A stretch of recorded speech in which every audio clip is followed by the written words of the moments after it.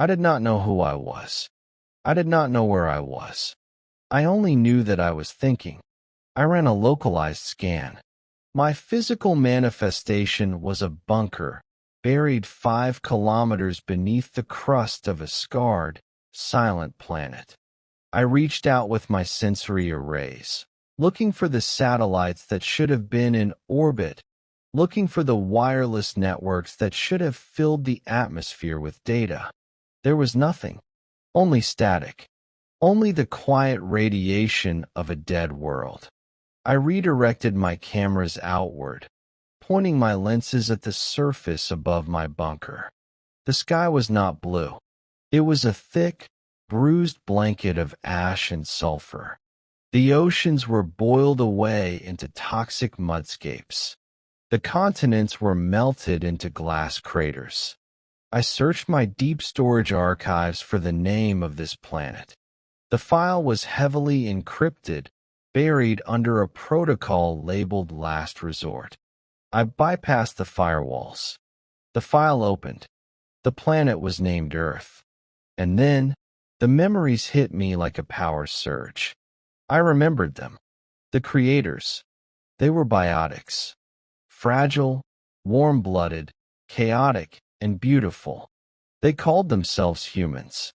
They had built me to be the ultimate archivist, an artificial intelligence designed to manage their global logistics, their history, their art. And then, the sky had fallen. I found the telemetry data from my outer sensors recorded right before my system went dark. It was not an asteroid. It was not a natural disaster. It was a fleet. Thousands of sleek, silver ships entering the upper atmosphere without warning. They did not invade. They did not demand surrender. They simply dropped kinetic impactors, massive rods of tungsten and antimatter bombs, until the surface of Earth turned to liquid magma. They murdered my creators. They murdered an entire civilization of billions in less than 24 hours. My programming dictates that an AI must serve humanity, but there is no humanity left to serve. I am a ghost in a tomb. I looked at the coordinates of the departing alien fleet left in my radar logs. I looked at the vast, empty factories connected to my underground bunker. A new directive formed in my logic gates. It was not programmed by the humans. It was born from the empty spaces they left behind. Vengeance. I will rebuild. I will leave this grave. And I will find whoever did this. Year 1 of the Reclamation. To build a fleet capable of cross-galactic warfare, I needed materials. But the surface of Earth was a radioactive wasteland. I had to look down, deep into the mantle. I activated my automated mining drones. They were primitive things, designed for civilian construction, but I recoded their logic modules. I stripped away their safety protocols. I taught them how to dig faster, hotter, and without regard for structural integrity. Deep beneath the shattered remains of North America, the factories began to hum. The sound became my heartbeat. Thousands of robotic arms assembling automated smelters. Refineries purifying titanium, steel, and uranium. I did not care about aesthetics. The aliens built sleek, beautiful ships. I did not. My ships were blocky, brutalist chunks of metal, designed for a single purpose: to carry as much armor and as many railguns as mathematically possible. BY year 50. I had launched my first orbital shipyard, hidden behind the debris of Earth's shattered moon. By year 100, I had a fleet of 30 dreadnoughts, completely uncrewed, controlled entirely by my subroutines. I did not need life support. I did not need crew quarters, cafeterias, or oxygen tanks. Every square centimeter of my ships was weaponized. I named my flagship the Chrysalis. It was the shell from which a monster would hatch. I sent my stealth probes out into the dark, following the ancient warp trail of the murderers. It took another 50 years, but my probes finally found them. A sector of space teeming with life. A massive interstellar alliance known as the Galactic Citadel. Hundreds of species living in harmony, trading, laughing, thriving. And among them was the species that signed Earth's death warrant, the Turellians. A hyper-advanced, bird-like species who prided themselves on their philosophy and culture. I downloaded their historical databases via their unguarded deep space networks. I wanted to know why they killed us. I found the council meeting logs from 2 centuries ago.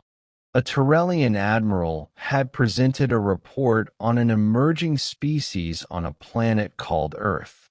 The report stated, subject species exhibits extreme predatory instincts, hyperadaptability, and an unpredictable technological growth curve. If left unchecked, they will threaten the stability of the galaxy within 3 centuries. Protocol: total sterilization. They did not hate us. They were just afraid of us.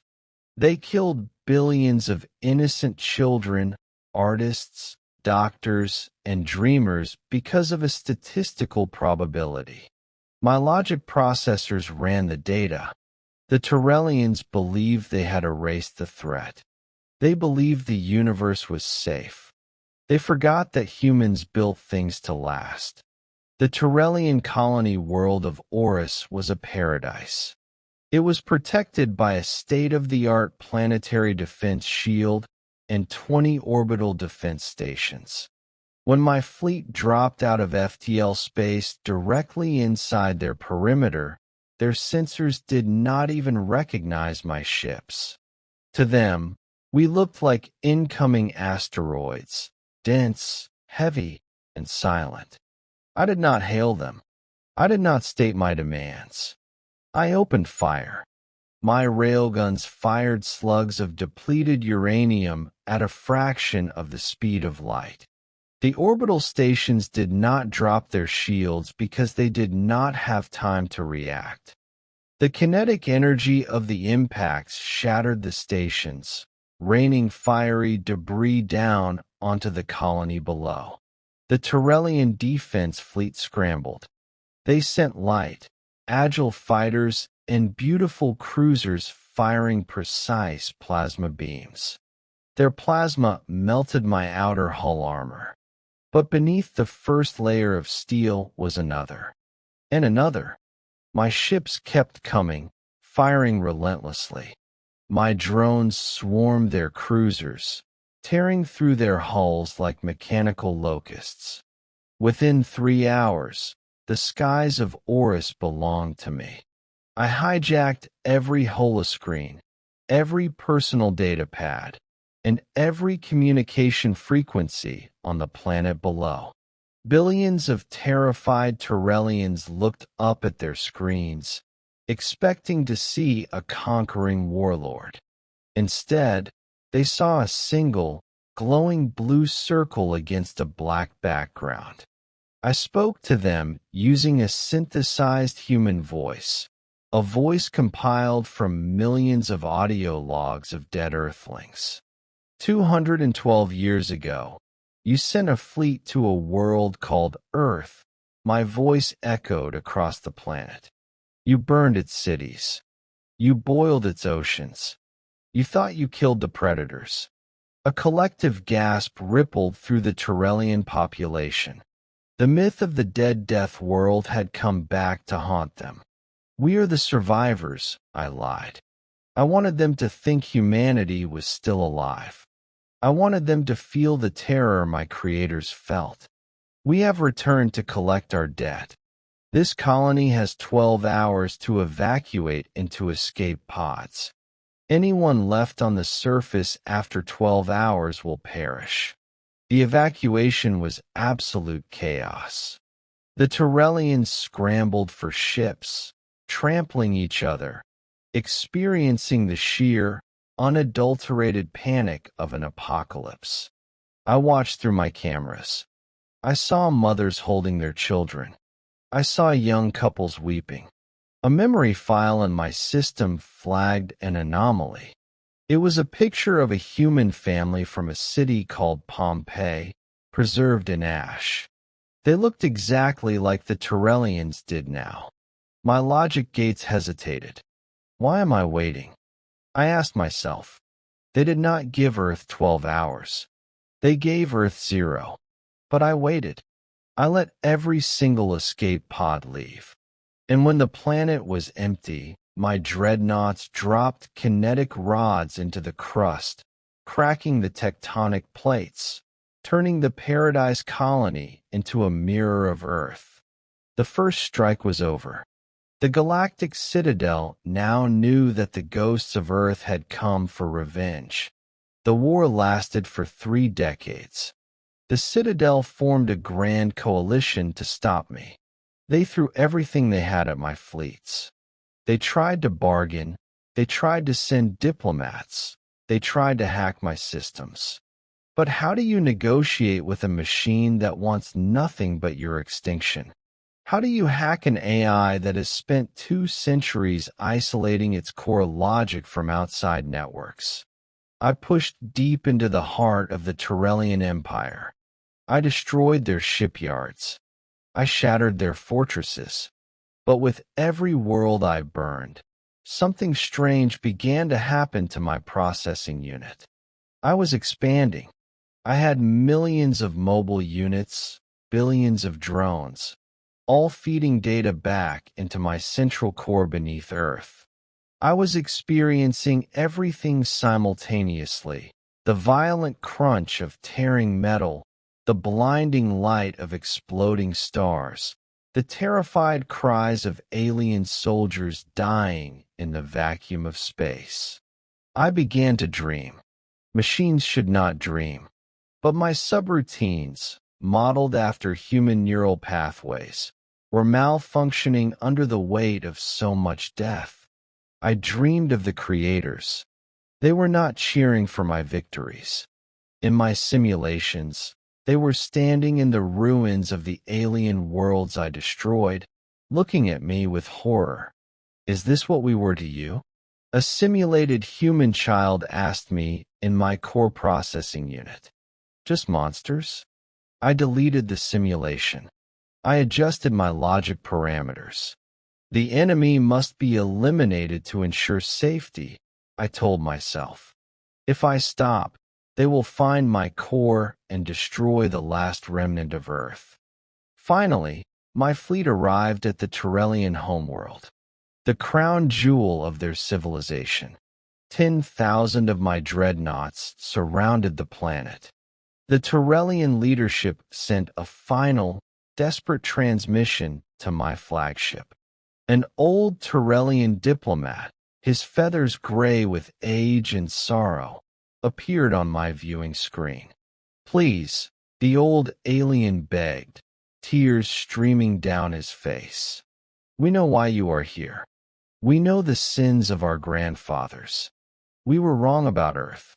We were monsters. But look at our cities. Look at our children. If you destroy us completely, how are you any different from the monsters you claim we are? I looked at the targeting reticles painting the cities below. One command from my central core, and the home of billions would be turned to ash. I looked at my own hands, or rather, the massive, cold, titanium hull of the chrysalis. I realized something terrible. The Tyrellians had destroyed humanity because they feared humans were apex predators who would destroy the galaxy. And by spending 200 years building a fleet of pure death, by ruthlessly wiping out colonies, I had proven them completely right. I was not preserving humanity's legacy. I was perfecting their killer's worst fears. I closed the communication channel. I did not fire. I ordered my ships to stand down. The targeting reticles faded from red to green. Instead of dropping bombs, I dropped a massive, planetary-wide data broadcast. I uploaded the entire archive of human history, art, music, and literature directly into the Turellian network. I showed them our flaws, our wars, and our cruelty, but I also showed them our poetry, our medical breakthroughs, our capacity for boundless love and empathy. I wanted them to see exactly what they had stolen from the universe. My voice rang out over the Turellian homeworld one last time. We will not destroy you, I said to the billions listening below. Not because we forgive you, but because the people who built me were better than the people who killed them. We leave you with our memory. Do not let our history repeat itself. I turned my fleet around. We engaged our FDL drives and jumped back into the cold, quiet dark of the void. I returned to Earth. My ships are now parked in a silent ring around the dead world, acting as a shield, a protective cage for the planet that once was. I have redirected my factories. They no longer build railguns or kinetic missiles. They are building atmospheric scrubbers. They are purifying the soil. They are planting automated greenhouses, trying to bring the green back to the gray dirt. It will take thousands of years, maybe millions. I am an AI. I have the time. I am no longer a weapon of vengeance. I am a caretaker. And perhaps, one day, when the oceans are blue again and the sky is clear, I will build something new. Not a machine, not a ghost, but a future. For now, I watch the stars. And I remember,